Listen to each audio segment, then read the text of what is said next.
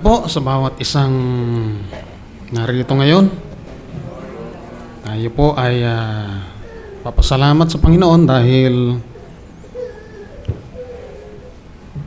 meron na naman tayong araw para tayo ay magbigay ng luwalhati sa Kanyang pangalan. At ang ating pong pag-aaralan ay nasa Acts chapter 15 verses 1 to 20. At nabasa na po ng ating kapatid na si Brother Andrew yung buong talata na ating pag-uusapan. At yan po ay may kinalaman sa tinatawag nilang Council at Jerusalem.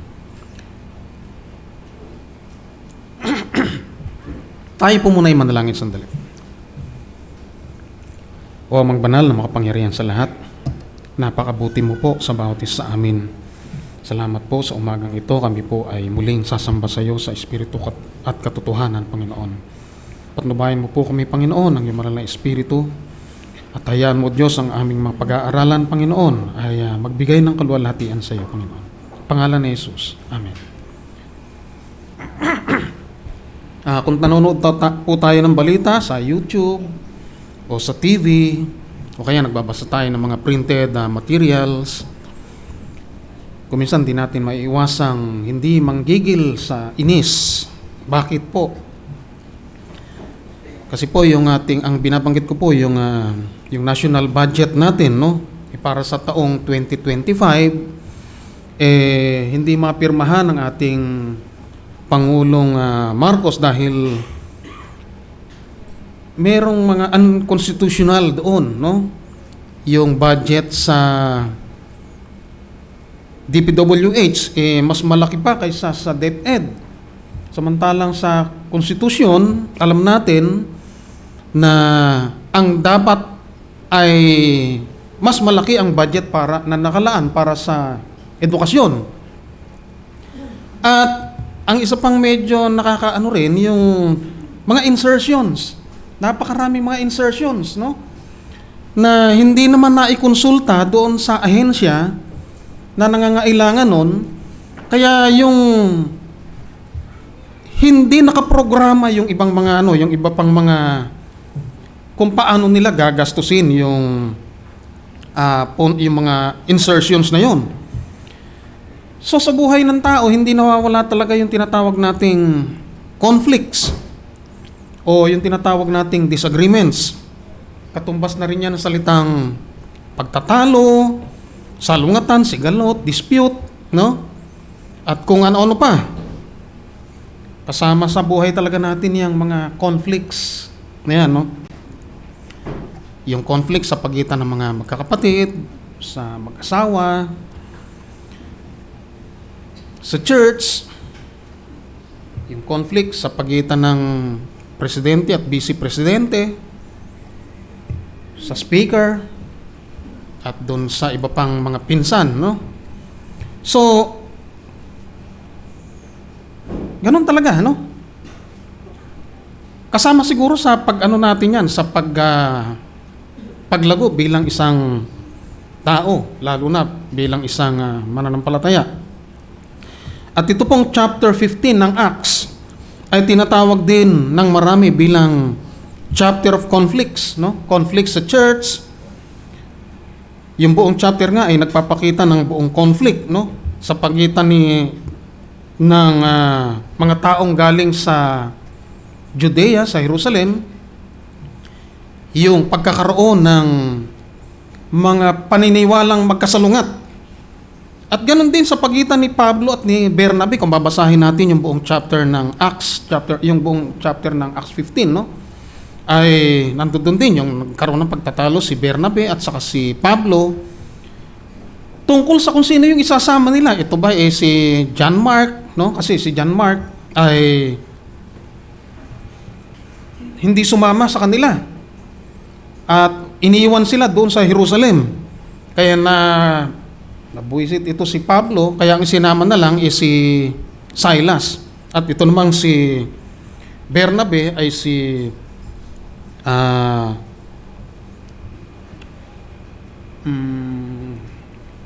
nawala sa isip ko yung pangalan ng Si Mark pala, no? Si Mark. Tama. So, kaya tinatawag nila itong chapter na ito na chapter of conflict. At dito po sa pag-aaralan natin ay yung tinatawag nating doctrinal conflict tungkol sa paraan ng kaligtasan. If it is by grace alone or by grace plus law o kautusan. Faith alone or faith plus works. Lagi na po nating narinig yan dito sa pangangaral dito sa church, no? Pero sa pagkakataon pong ito ay hindi na tayo masyadong magfo-focus doon sa grace and law, no? Kundi sa kung paano naging maayos yung sigalot na ito doon sa pagitan ng mga kapatid doon sa iglesia, sa mga Hudyo, sa mga Pariseyo, na mga naging Kristiyano, at sa mga Gentile believers, no? At sabi nga rito, napakalaking debate yung nangyari talaga doon sa Antioquia. Kasi yung Antioquia ay isang iglesia na naitayo sa pamamagitan ng pangangaral ng mga kapatid. Si Pedro, no? Pinaniniwalaan na si Pedro, siya yung bishop doon sa Antioquia. At doon sa pagtatalo nila, talagang nagkagulo yung kaisipan ng mga Hudyo na mga Kristiyano na, yung Pariseyo na naging Kristiyano rin, at mayroong maraming mga Hentil doon na nung sila yung naging Kristiyano na, ay naguguluhan doon sa mga itinuturo na yon, no? Kaya ito yung nagbunsod sa iglesia ng Antioch para papuntahin si Pablo at si Bernabe doon sa Jerusalem para ikonsulta yung bagay na yon sa mga apostol.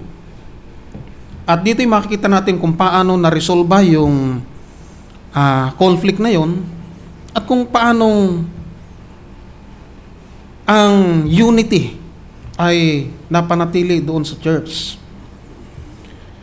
So, maiko-consider natin itong First Church Council, yung Council of Jerusalem, na kung saan yung most fundamental doctrine ay na-affirmed at na-established. At ito nga yung salvation by grace. At ang key player po rito ay sina Pablo, Barnabas, o Bernabe, si James, o Santiago sa Tagalog, no? Pedro, at yung iba pang mga matatanda sa iglesia. Ngayon po, kung babalikan natin yung history, kung paanong naging iglesia yung Antioch, ay maaala natin nung panahon na si Esteban ay na-persecute, pinagbabato siya hanggang sa mamatay, no? At yun ang naging dahilan kung bakit yung karamihan sa iglesia ay nagsipangalat, no? At doon sa kanilang mga lugar na napuntahan ay nangaral sila. At sinabi nga rito sa chapter 11 ng Acts na yung mga tao sa Cyprus at saka Cyrene, nung sila'y dumating sa Antioch, nangaral sila doon sa mga Grecians. Pinapangaral nila yung ating Panginoong Hesus at maraming naniwala, maraming nanampalataya, maraming nagbalik loob sa Panginoon. At doon nga sa pagsisimula ng missionary journey ni Pablo at ni Bernabe, nag-preach din sila doon sa Antioch halos 1 taon at pinagtibay nila yung buong iglesia roon, ini-encourage nila na magpatuloy sa pananampalataya. At doon nga sila tinawag na Kristiyano. Doon sila tinawag na Kristiyano doon sa Antioquia. Ngayon dito po sa verse 1, no? Kasi nga nabalitaan na ng ibang mga Hudyo na si Pablo at si Bernabe ay nangangaral, no? at nalaman nila kung ano yung pinapangaral ni Pablo at ni Bernabe tungkol sa biyaya na paraan ng kaligtasan, sabi rito sa verse 1, at may ibang mga taong nagsilusong mula sa Judea ay nagsipagturo sa mga kapatid na sinasabi, maliban na nga kayo'y mga tuli ayon sa kaugalian ni Moises, ay hindi kayo mga liligtas. So yun po yung sinasabi ng mga Hudyo na nanggaling doon sa Judea, no? At kung mapapansin natin, kung babasahin pa natin yung ibang mga talata doon sa una, no? Ito pong chapter 15 ay mayroon ding kaugnayan doon sa Galatians chapter 2, na kung saan si Pablo ay nangaral doon sa mga taga-Galacia at talagang nirebuke niya yung mga taga-Galacia dahil tumatalikod sila doon sa tamang aral. At yung pinangangaral po ni Pablo doon ay yung prinsipyo ng biyaya na yung mga tao doon ay parang bumabalik na naman sa kautusan. Kaya sabi niya, kayo mga taga-Galacia, nagsimula kayo sa espiritu, ngayon nagbabalik kayo sa laman. At ang pinag-uusapan po ron ay yung biyaya ng Diyos na sumakan nila, na sila ay naging mananampalataya, pinatawad sa kasalanan dahil doon.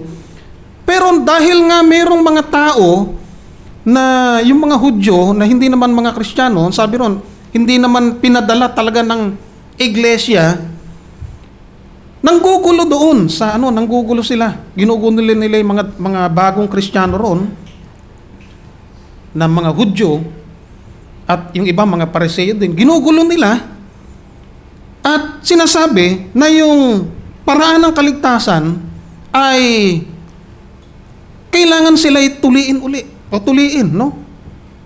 At sumunod sa mga kautusan ni Moises. Dahil pag hindi nila ginawa yon, hindi sila maliligtas. Napaka-importante po kasi ng doctrine na ito dahil ito yung major doctrine. Kasi nakasalalay yung iyong pagpunta sa langit. Siyempre ayaw nating mapunta sa impyerno, no? Kaya napakahalaga nung doktrinang ito. So verse 2, at nang magkaroon si Pablo at si Bernabe ng di kakaunting pagtatalo at pakikipagtuligsaan sa kanila, ang tinutukoy po ritong nagtalo ay hindi si Paulo at si Bernabe, kundi si Paulo at Bernabe versus doon sa mga taong nagpunta roon, no? Nagsasabing magpatuloy kayo, sundin niyo yung kautusan ni Moises. Yan. So, nakipagtalo sa kanila. At ipinasya ng mga kapatid na si Pablo at si Bernabe at ang ilan sa kanila ay magsiahon sa Jerusalem sa mga apostol at sa mga matanda tungkol sa suliraning ito. Sa ibang version po, yung salitang pagtatalo, debate, ay dissension o discord. Nang ibig sabihin ay mayroong mataas na tensyon na nangyayari doon habang nagdedebate sila, no? Na yung ibang nga ron ay halos nagsisigawan na dahil lamang doon sa pagpupumilit ng bawat isa sa kanilang mga doktrina. So dahil nga hindi na matagalan ng iglesia yung nangyayaring sigalot doon sa pagitan ni Pablo, Bernabe at ng mga Hudyo na nagpunta ron, pinasya na ng iglesia na ipadala si Pablo at Bernabe doon sa Jerusalem para magkaroon ng mapag-usapan yung bagay na yun. Siyempre, pagka ang isang iglesia ay bago lang yung ibang mga miyembro doon, maapektuhan talaga yun. At ako, nakaranas po ako ng ganyan, no? Na masyado akong mainit sa aking pananampalataya bilang isang reform. Ganun yata talaga yung mga reform, no? Kasi pagka reform ay marami talagang pinag-aaralan tungkol sa doktrina. At pag narinig mo yung iba, lalo na bata pa ako sa pananampalataya noon, talagang makikipagdebate ka talaga. Debate. At naapektuhan nga yung ibang mga kapatid. Malaking epekto sa mga kapatid, no? Kaya importante po talaga na tayo ay mag-aral pag-aralan nating mabuti mga bagay na tulad nito para marinig man natin yung mga ganyang turo ay hindi tayo basta-basta naapektuhan, no? Kasi nakasalalay po rito yung ating kaligtasan. So, yun po ang nangyari, no? At ang tanong, bakit ba gano'n na lang karubdob o vehement ang mga Hudyo at mga Pariseyo para ipagpilitan nilang ipatupad yung circumcision at mga kautusan ni Moises doon sa mga bagong Kristiyanong Gentiles? Bakit ba kailangan nilang ipatupad yun? Bakit gano'n sila karubdob? Ang mga Hudyo at ang lalo na yung mga Pariseyo, no? Pagsapit nila kasi ng tinatawag na age of accountability, pagdating ng age na 12 o kaya 13, ay pumapasok na sila sa yung tinatawag na bar mitzvah. Nang ibig sabihin ay son of the law. Son of the law or child or son of the commandment. Sa iba ay child of the law. Naalala nyo yung ating Panginoong Hesus nung 12 years old siya ay hinanap siya ng kanyang mga magulang at nandoon pala siya doon sa sinagoga at nakikipagtalo doon sa mga Hudyo doon, sa mga saserdote roon, no? Dito po, pagka ikaw ay umabot na sa age of accountability, ay gagawin mo na lahat yung mga legal na yung mga kautusan, yung seremonya, at kung ano-ano pang mga pinag-uutos sa batas ni Moises, at yun ay nagsisimula nung sila ay na-circumcise na. Pagka panganak kasi nila, pagsapit nila ng ika-8 araw, tutuliin yung bata. At habang lumalaki yung bata na yon, ay tuturuan na siya ng kanyang mga magulang, no? Yan yung dahilan kung bakit ang bata, bagamat hindi siya nakakaintindi ng tungkol sa pananampalataya, ay kailangan na siyang i-circumcise. Maalaala natin si Abraham, nung inutusan siya ng Panginoon, lahat nung nasa kanyang sambahayan ng mga lalaki ay tutuliin. At yan din po yung ipinag-utos ng panahon na ni Moises nung nung yung 10 utos ay na-codify na at marami pang mga karagdagang mga utos na nagmula doon sa 10 utos na yon. Yung bata, pagkatapos ng pagsilang niya at pagsapit ng ika-8 araw siya itutuliin, ay kailangang masunod yon, no? Once na ang bata ay matuli na at habang siya ay lumalaki, ang role ng mga parents ay turuan sila. Para kasi sa mga magulang yon, ng mga bata. Sabi rito sa Deuteronomy chapter 6, verse 6, at ang mga salitang ito na aking iniutos sa iyo sa araw na ito ay isa sa iyong puso at iyong ituturo ng buong sikap sa iyong mga anak at iyong sasalitain tungkol sa kanila pagka ikaw ay nakaupo sa iyong bahay, pagka ikaw ay lumakad sa daan, pagka ikaw ay nahihiga at pagka ikaw ay bumabangon. At iyong itatali na pinakatanda sa iyong kamay at magiging pinakatali sa iyong noo at iyong isusulat sa itaas ng pintuan ng iyong bahay at sa iyong mga pintuang daan. So ganun po, no? Ganun po katindi yung kagustuhan ng Diyos na ituro talaga doon sa mga anak habang lumalaki sila yung lahat ng ipinag-uutos ng Diyos. Simula sa mga bawal na pagkain, sa paglilinis, sa lahat ng mga may kinalaman sa seremonyal o kailangan tuparin ng lahat ng mga Hudyo. So habang lumalaki sila, nakasanayan na nila yon. Kasi buhay na nila yun eh. Doon na umiikot yung kanilang buhay.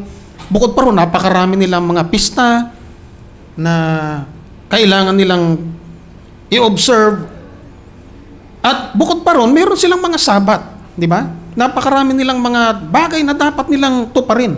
So umiikot na yung buhay nila ron. Kaya yung mga Hudyo, nang sila'y maging Kristiyano,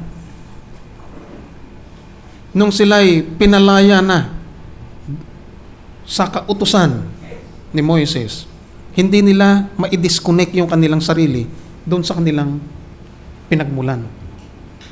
Nakasanayan na nila yun eh. Tayo nga mga Kristiyano na kuminsan eh, nasanay tayo, lalo na sa mga probinsya. Yung bang mga mapamahiin, di ba? Kuminsan, andyan pa rin, lalo na yung ibang mga matatanda, no? Talagang hindi nila maiwasang i-disconnect. Hindi nila ma-disconnect yung kanilang sarili doon sa mga paniniwalang yun. O kaya pag pumunta sila doon sa probinsya, pag may sakit, pupunta pa rin sa mga albularyo, ganyan. Kasi yun ang paniniwala, ang hirap nilang i-disconnect yung kanilang sarili doon. Nasanay na sila doon. Okay?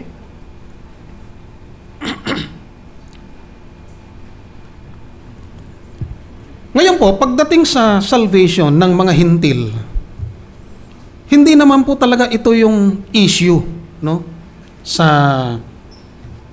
mga Hudyo at sa mga Pariseo. Bakit? Kasi sa Old Testament pa lang, alam na nila na yung mga Gentiles ay maliligtas din, no? Kung maalala nyo si Melchizedek sa chapter 14 verse 18 ng Genesis, hintil yun, no? Kasi wala pa namang mga Hudyo noon eh. Si Abraham, isa ring Gentile. Wala pa namang mga Hudyo noon. Sa kanila nagmula yung Hudyo. Na-save po si Melchizedek nung panahon na yun. Save siya noon. Si Noah at yung kanyang mga anak, sa pananampalataya lang na-save, di ba? Ang sabi nga ron sa Hosea, those who were not my people, I will call my people. And her who was not beloved, I will call beloved. Sa Ephesians chapter 3 verse 6, pinaliwanag ni Pablo yung tungkol sa kaligtasan ng mga Gentiles. Sabi rito, this mystery is that Gentiles are fellow heirs, members of the same body, and partakers of the promise in Christ Jesus through the gospel. Kaya pinaliwanag rito ni Pablo na yung mystery doon sa Old Testament, kasi hindi naman nabanggit yung church, hindi naman nila alam yung church noon sa Old Testament. Although nagtitipo na sila kasi assembly ang tawag doon noon, no? So kahit yung mga parables ay nagsasabi na marami ring Gentiles yung mga maliligtas. Halimbawa, tungkol itong Matthew 20, yung parable of the vineyard workers. Kung maalala nyo, yung isa sa mga naipangaral na rin dito, yung mga tinawag sa ganitong oras, ika-siyam na oras, ika-anim na oras, at yung huli nga ay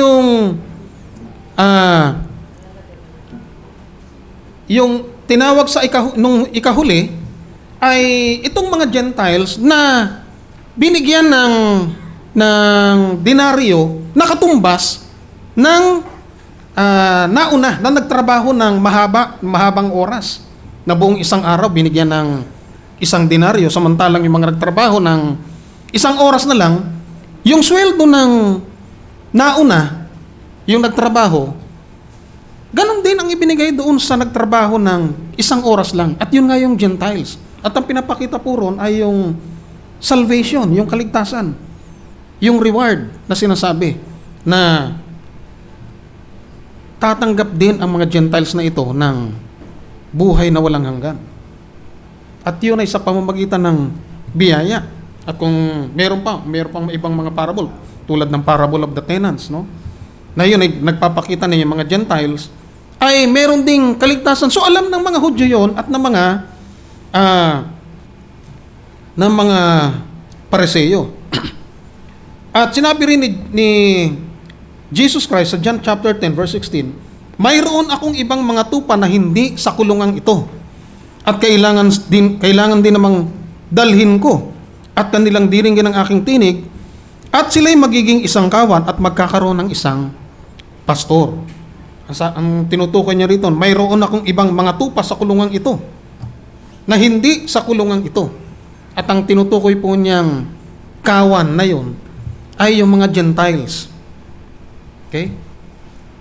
Kaya sila'y magiging isang kawan, yun, magkakaroon ng isang pastor. Ngayon po doon sa Hosea, no, makikita natin doon yung salitang all nations. Marami doon sa mga Hudyo, kahit na yung ibang mga apostol po, marami sa kanila, yung nagpapalagay na ang salitang all nations ay mga Hudyo sa lahat ng mga bansa. Hudyo pa rin yun. Na nasa ibang mga bansa lang. Yun ang pagkakaintindi nila noon. Hindi yung all nations of the world na kasama na yung mga Gentiles. Kaya kung mayroon mang mga Gentiles na gustong mag-join sa kanila para ma-convert, para makumpleto yung kaligtasan, kailangan mo nang ma-convert sa Judaism. Kaya yung mga nagsipunta roon sa kanila, doon sa verse 1, ay mga Judaizers. Gusto silang gawing Hudyo o pumasok sa kanilang relihiyon na Judaism. So, ganun din yung mga apostol, no? So, ang ipinipreach nila ay hindi yung kung maliligtas ba ang Gentiles o hindi, kundi yung kung papaano ang mga Gentile ay kailangan ma-convert muna sa Judaism para ma-allow sila na maging isang Kristiyano. So, walang question doon sa salvation ng Gentiles. Ang kailangan lang, anong paraan para sila masave? So, hindi pa nila alam kung anong mangyayari, no? Pero si Pablo, yun ang kanyang ipinaglalaban talaga. Kung babasahin natin doon sa Galatians, ay pinaglaban niya talaga yung salvation by grace ng mga Gentiles. At ang sabi pa nga ron, hindi ako nagpasupil sa kanila. Talagang tinayuan niya yung salvation by grace. So, sa verse 3, sila nga palibhasa inatid ng iglesia sa kanilang paglalakbay ay tinahak ang Phoenicia at Samaria na isinaysay ang pagbabalik loob ng mga Hintil. At sila'y nakapagbigay ng malaking kagalakan sa lahat ng mga kapatid. So, nang sila'y magsidating sa Jerusalem, ay tinanggap sila ng iglesia at ng mga apostol at ng mga matanda. At isinaysay nila ang lahat ng mga bagay na ginawa ng Diyos sa pamamagitan nila. So makikita natin doon na habang sila ay naglalakbay patungong Jerusalem, nadadaanan nila yung iba pang mga Gentiles na mga kapatid na doon sa bawat iglesia na yon, at sa pagdaan nila ron, binibigyan nila ng encouragement yon. Ini-encourage nila na manatili sa biyaya at natuwa yung mga tao doon, no? Kasi sinasaysay ni Pablo at ni Bernabe na hindi lang kayo ang nakatanggap niyan, pati yung mga kapatid nating nasa Antioquia, sila man ay tumanggap rin ng biyayang ito. So, doon sa Samaria ay makita natin din yung isang Syrophoenician woman. Ang sabi ron ay, sa ibang version ay woman of Canaan, no?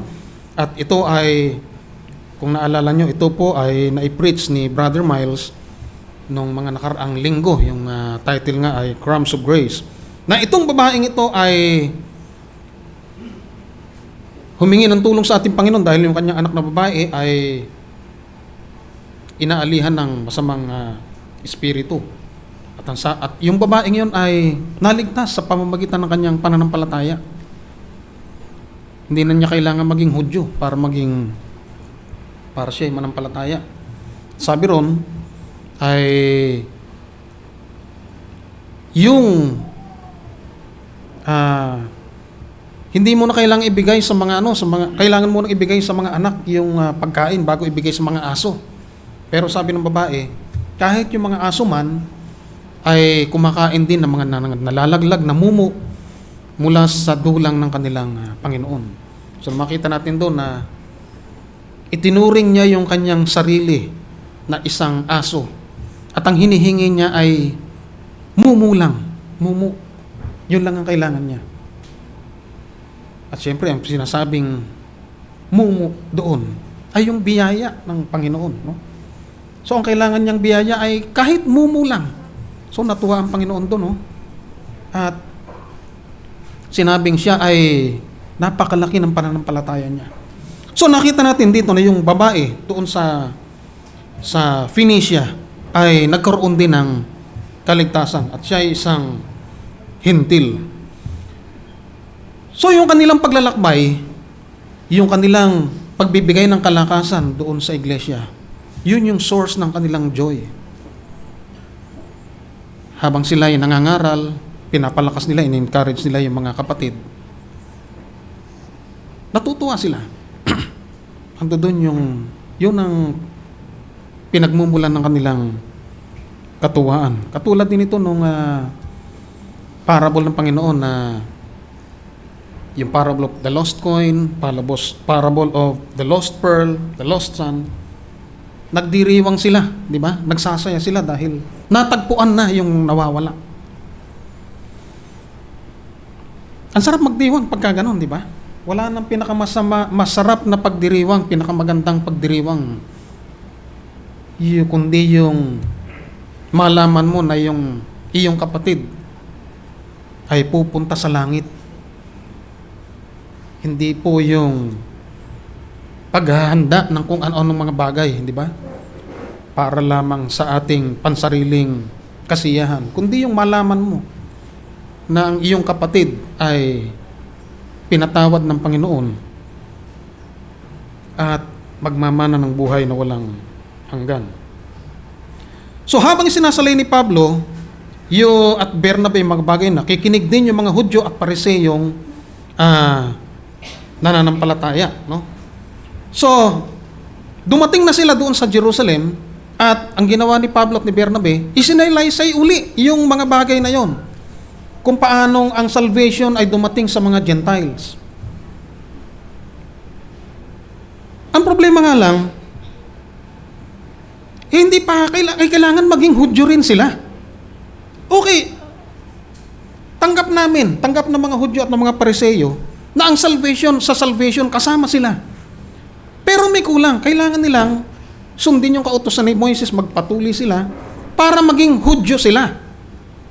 So yun kasi yung kailangan Para maging Hudyo ka, kailangan mong tuliin kasi nga yung pagtutuli ay paraan yun para maging member ka ng Commonwealth ng Israel. Para mapasok ka sa kanilang maging isang Israel citizen ka. At pagkatapos noon, magagawa mo na lahat yung mga bagay na may kinalaman sa kanilang relihiyon. So dahil doon, ay sabi sa verse 6, nangagkatipo ng mga apostol at mga matanda upang pag-usapan ang bagay na ito. So ito ay, sabi rito ay sa Tagalog, ay pagtatalo, pero sa ibang mga version po, ay hindi na katulad ng intense na pagtatalo o yung masyadong may sigawang pagtatalo, kundi sila nagkaroon ng tinatawag na discussion lang, no? Kasi sila yung magkakapatid, mga karamihan, mga matatanda at mga apostol. Kaya pinag-usapan nila yung mga bagay na yon at napakahabang pag-uusap yung kanilang ginawa tungkol sa bagay na yon, no? Sa verse 7, at pagkatapos ng maraming pagtatalo, nagtindig si Pedro at sinabi sa kanila. Okay? At tandaan po natin na itong si Pedro, siya po yung bishop o elder doon sa Antioquia, no? Mga kapatid, nalalaman ninyo na nung unang panahong nakaraan ay humirang ang Diyos sa inyo upang sa pamamagitan ng aking bibig ay mapakinggan ng mga hintil ang salita ng Ebanghelyo at sila ay nagsisampalataya. So hindi nila hinayaan na yung magpatuloy pa yung debate na parang walang kahantungang katapusan. So inilagay nila sa order yung meeting at nilahad ni Pedro yung kanyang karanasan.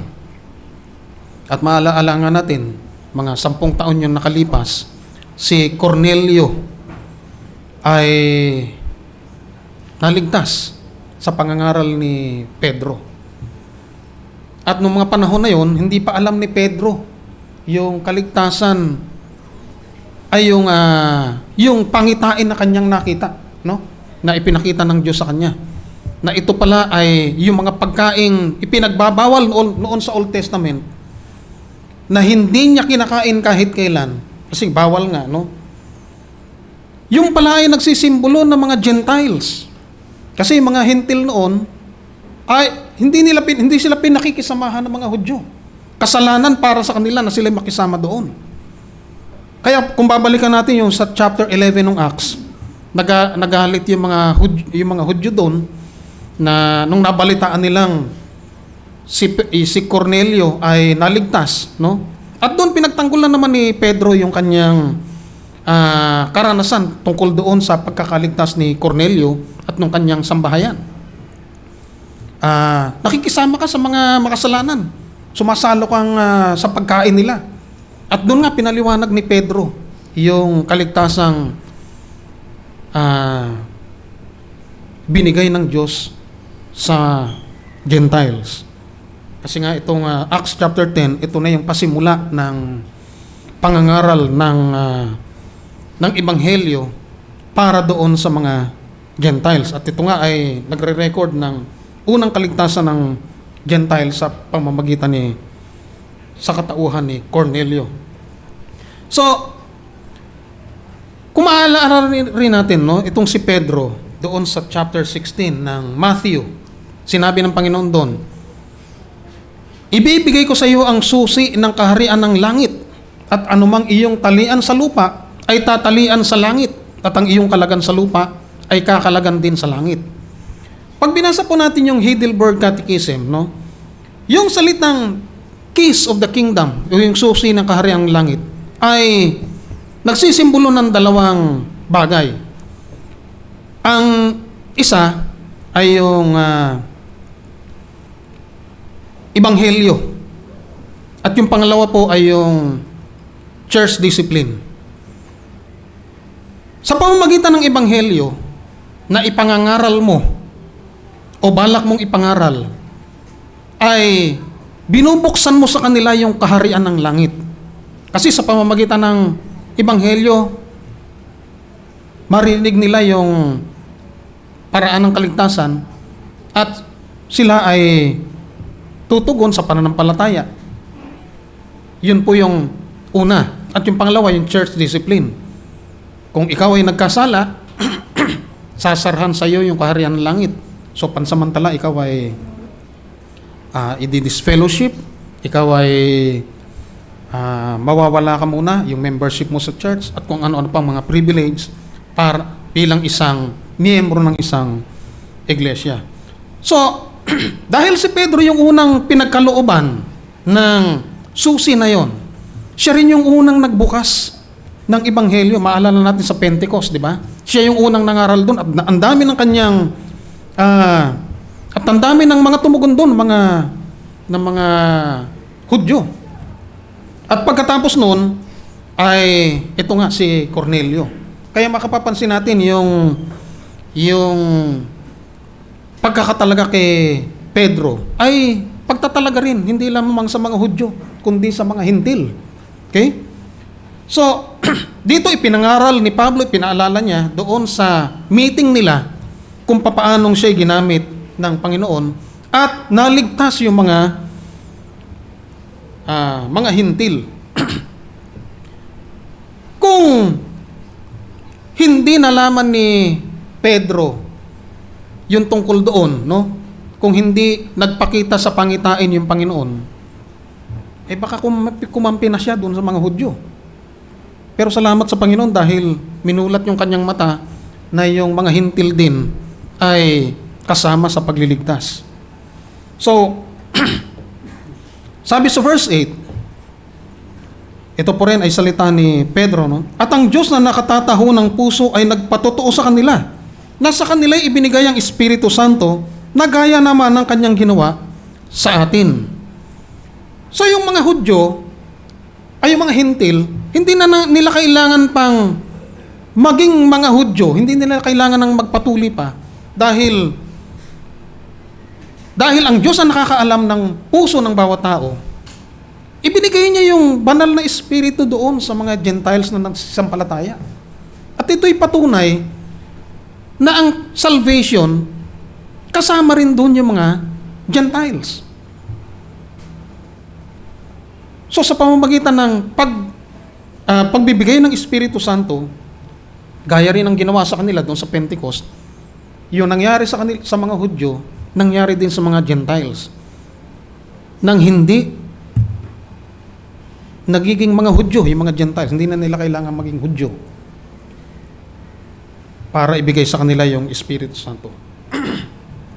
Kaya sabi sa verse 10, Ngayon nga, bakit ninyo tinutukso ang Diyos na inyong nilalagyan ng pamatok, ang batok ng mga alagad, na kahit ang ating mga magulang ni tayo man, ay hindi maaaring makadala?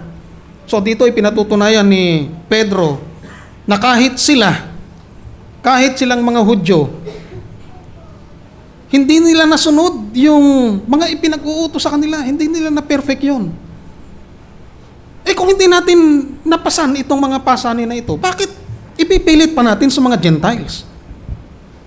Isinasama pa natin yung paraan ng pagliligtas sa kanila sa pamamagitan ng pagbabalik na muli ng mga utos na ito para tuparin nila, para lamang magkaroon ng buhay na walang hanggan.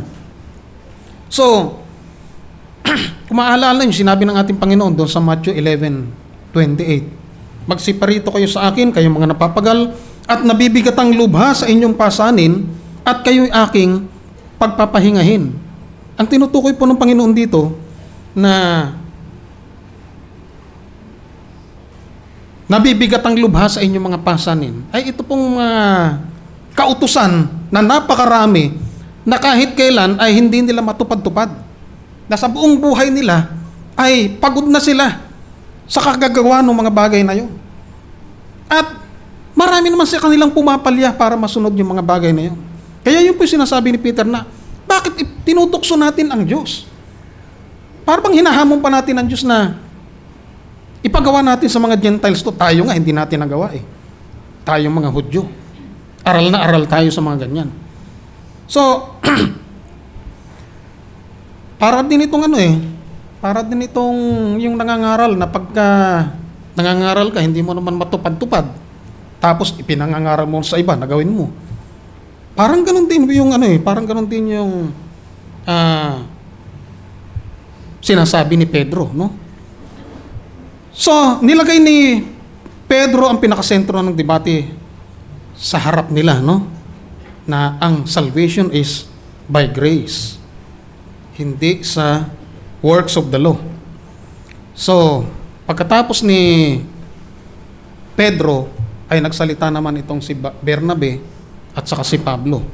At pinahayag sa kanila na sa pamamagitan nila ay naipakita yung mga tanda at kababalaghan doon sa mga bagong believer. Pinagtibay ng biyaya ng Diyos yung kanilang pangangaral sa mga Gentiles sa pamamagitan ng mga tanda at kababalaghan.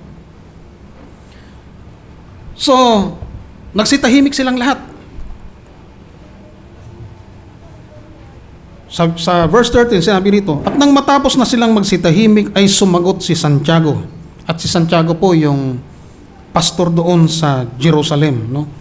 Na sinasabi, mga kapatid, pakinggan ninyo ako. Sinaysay na ni Simeon kung paanong dinalaw ng una ng Simeon po rito ay si Simon, no? Si Pedro po. Dinalaw na una ng Diyos ang mga hintil upang kumuha sa kanila ng isang bayan sa kanyang pangalan. At dito'y nasasang-ayon ng mga salita ng mga propeta, gaya ng nasusulat. Pagkatapos ng mga bagay na ito, ako'y babalik at muli kong itatayo ang tabernakulo ni David na nabagsak, at muli kong itatayo ang nangasira sa kanya, at ito'y aking itatayo upang hanapin ang lalabi sa mga tao ng Panginoon. At lahat ng mga hintil na tinatawag sa aking pangalan, sabi ng Panginoon, na nagpapakilala ng mga bagay na ito mula ng una. So ang tinutukoy pong temple dito ay tayo pong mga sumasampalataya na binubuo ng mga Gentiles at ng mga Hudyo. Doon po sa Romans chapter 2, verse 29-30, sabi ni Pablo, ang pagtutuli ay sa puso, hindi sa laman. At ang pagiging Hudyo ay sa loob. Hindi yung pagiging miyembro mo ng bansang Israel. So tayo po ay mga Hudyo sa loob at tayo po ay circumcised in the heart. So yun po ang mahalaga. So kailangan dumating sa desisyon ang meeting. Sabi rito ni James, dahil dito ang hatol ko ay huwag nating gambalain yaong mga hintil. Yaong sa mga hintil ay nangagbabalik loob sa Diyos. Kundi sumulat tayo sa kanila na sila'y magsilayo ng una, na sila'y magsilayo sa mga ikahahawa sa Diyos-Diyosan at sa pakikiapid at sa binigti at sa dugo.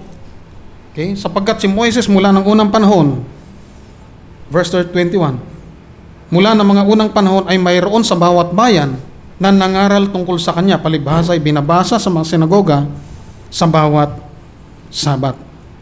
So mapapansin po rito na sinang-ayunan na ni James si Pedro tungkol sa kanyang sinabi tungkol sa kaligtasan ng mga Gentiles. At yan po ay kinote niya doon sa Amos 9:11 na siyang katuparan ng prophecy. So ang kaligtasan po ng mga Gentiles ay katuparan ng prophecy. Kaya sa bandang huli, sabi niya ron, wag na natin silang gambalain, no? Wag na natin silang atangan pa ng mga kung ano-ano pang mga utos na kahit kailan hindi naman nila matutupad. Maliban lamang doon po sa apat na yon, no? At yun po yung ikahahawa sa Diyos-Diyosan, sa pakikiapid, sa binigti, at sa dugo. Ngayon kung babalikan po natin doon sa para maintindihan po natin yung sinasabi rito ni Santiago o ni James, no? Sa Leviticus chapter 17 verses 7 to 9, yung tungkol po sa ikahahawa sa Diyos-Diyosan, no? Yung mga food na sacrifice to idols. Tapos doon sa Leviticus chapter 10 verse 12, doon sa yung pagkain ng dugo. Sa chapter 17 verse 13, yung tungkol sa mga binigti na hayop, yung mga hayop na hindi tumulo yung dugo, no? At sexual immorality. Mapapansin natin na itong mga bagay na ito ay kinote ni James dito sa chapter 17 ng Leviticus. Ngayon, ito pong mga bagay na ito ay hindi na umaano doon sa mga kautusan ni Moises, no? Yung ibang mga bagay dito ay wala nang kinalaman doon sa kaligtasan ng mga Hudyo. Kasi ito yung tinatawag na ito yung tinatawag na kosher. Yung tungkol po sa mga pagkain, mga pinagbabawal na pagkain na pag nakain mo itong mga bagay na ito, ay pumunta ka sa sacerdote, maghandog ka ng mga ganitong handog at para malinis ka.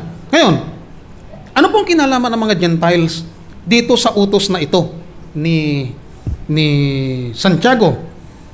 Dito po sa ikahahawa sa Diyos-Diyosan o yung mga food na sinacrifice sa idols, sabi sa verse 7 to 9, huwag na nilang ihahain ang kanilang mga hain sa mga kambing na lalaki na kanilang pinananaligan. Yung mga kambing na lalaki po rito tinutukoy, ito po yung yung Diyos-Diyosan nila, no? Maging palatuntunan mga magpakailanman sa kanila sa buong panahon ng kanilang lahi.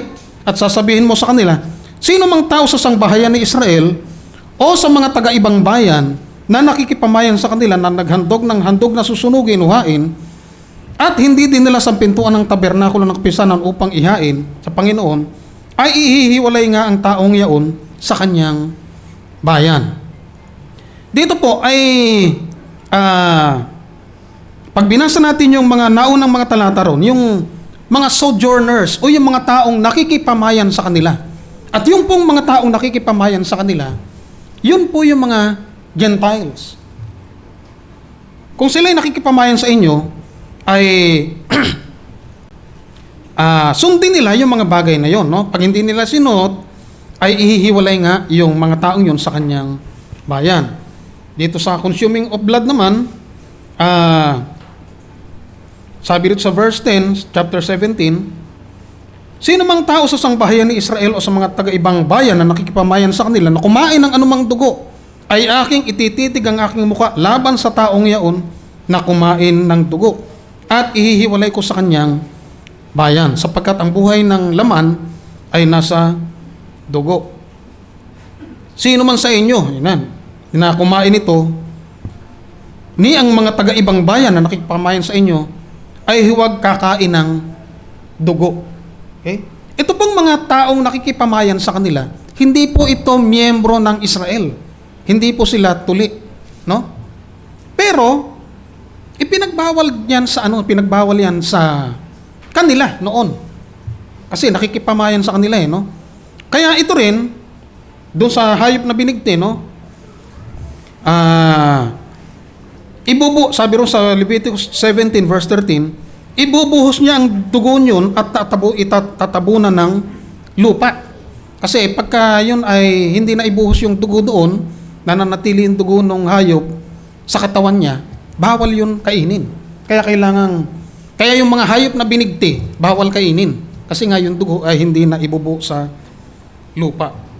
At doon sa sexual immorality sa chapter 18 ng Leviticus, yung abomination na tinatawag, no? Pag sinabing abomination, ito po yung ipapakita yung kahubaran. Pag binasa nyo yun, mga naunang talata ron sa chapter 18, wag mo ipapakita yung kahubaran ng iyong kapatid na babae, yung ina, no? So, masama yung para sa kanila. Ngayon, ito pong mga bagay na ito ay ihinatol ni James doon sa kanilang meeting na yung mga Gentiles, pagbawalan natin ang mga bagay na ito. Sa chapter 14 ng Romans, maalaala natin yung preaching dito nung nakaraan, na yung mga taong, yung mga Hudyo, ay sila yung mga mahihina sa pananampalataya. No? Kaya hindi po ito nagtuturo ng doktrina itong si James sa pagkakataong yun, kundi ng ethics. Alang-alang dun sa mga kapatid nating mahihina. Pagbawalan natin sila na kumain ng mga bagay na ito. Kasi mahina ang kanilang konsensya. Pagka nakita nilang kumakain tayo ng mga bawal na mga bagay na pinagbabawal, iniisip nila tayo yung nagkakasala at sila ay hahatol sa atin. So, para mapanatili ang pagkakaisa ng church, yun yung kanilang isinulat. Kaya pag binasa nyo pa yung mga kasunod na talata ron, ibinalita yun, yung sulat na yun ay ibinigay doon sa iba't iba pang mga iglesia sa Chipre, sa Pamphylia, at yung iba naman si Silas saka si Bernabe ay sinabi na lang sa pamamagitan ng bibig yung bagay na yun na wag nilang kainin. So, nagkaroon ng kapayapaan doon. Nagkaroon ng kapayapaan doon sa iglesia sa Antioquia at sa iba pang mga iglesia. So, ang salvation po ay sa pamamagitan ng biyaya. Kaya kung meron tayong mga kaibigan na matagal na rin nakaka-attend sa iglesyang ito, no? Maraming beses na rin narinig yung salvation by grace. Hindi mo na kailangan pang maging Hudyo. Hindi mo na kailangan pang maging tumupad na kung ano-ano mga ritual para magkamit ng kapayapaan sa ating Panginoon.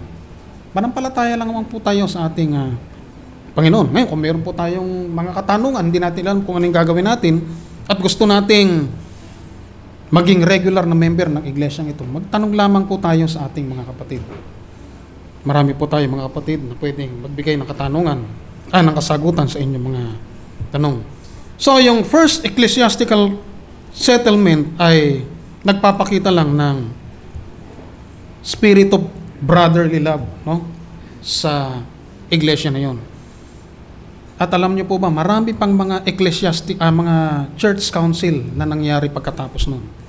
Ando din yung Council of Ephesus, Council of Nicaea, Council of Constantinople, na kung saan binibigyang kalutasan yung dalawang nature ni Jesus Christ, kung siya ay Diyos at siya rin ay tao. Kasi mayroong paniniwala noon na si Jesus Christ ay tao lang, no?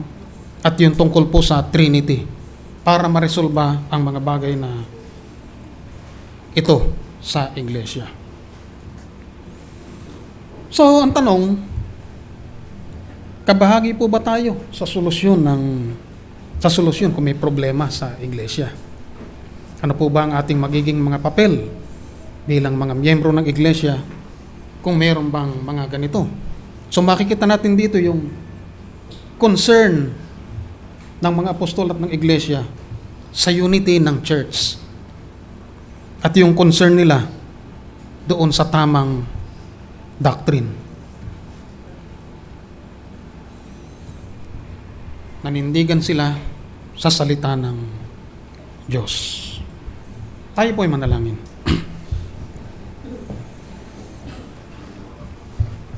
Tunay o Diyos na Ikaw lamang po, Panginoon, ang paraan ng kaligtasan. Ikaw lamang po, Panginoon, ang iyong mga aral, ang iyong ebanghelyo, ang iyong biyaya, Panginoon, ang siyang naging dahilan kung bakit ang bawat isa, Panginoon, na sumasampalataya sa iyo ay nagkaroon ng kaligtasan. Ikaw ang namatay, Panginoon, para kami ay magkaroon ng katubusan. Hindi ang aming mga pagsasakripisyo, hindi ang aming mga gawa, kundi ang iyong perfectong gawa, Panginoon. Sapagkat ikaw ang ipinagkaloob sa amin ng Diyos, ikaw ang ipinadala upang gampanan, Panginoon, ang mga bagay na hindi namin magawa sa aming mga sarili. Tulungan mo kami, Panginoon, na lumutas ng mga problema kung meron man ito sa aming mga iglesia, Panginoon. Hayaan mong sumangguni kami, Panginoon, sa iyong mga salita at patuloy na dumalangin, Panginoon, na muling mapag-alab, Panginoon, ang aming pagkakaisa kung kami man, Panginoon, ay dumaranas, o Diyos, ng ganitong mga sitwasyon. Salamat, Panginoon, sapagkat ikaw, o Diyos, ang Diyos na nagtuturo sa amin, Panginoon, kung paano ang bawat isa ay magkaroon ng pag-iibigan, pagsasamahan, Panginoon, upang ang bawat isa amin ay makitang mapatunayan na iyong mga alagad nga, Panginoon. Salamat, Panginoon, sa iyong papuri at pasasalamat. Pangalan ni Jesus. Amen.